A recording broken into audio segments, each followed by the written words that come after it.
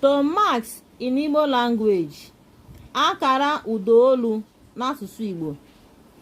Igbo is a tonal language because one word could mean many different things depending on the intonations. There are three types of tone marks in Igbo language. 1.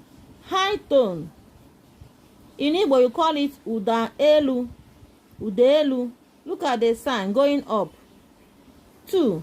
Mid tone. Uda nsuda. Look at it, the sign. Number 3. Low tone. Uda ala. Look at the sign going down. Remember, only vowels bears the tonal marks.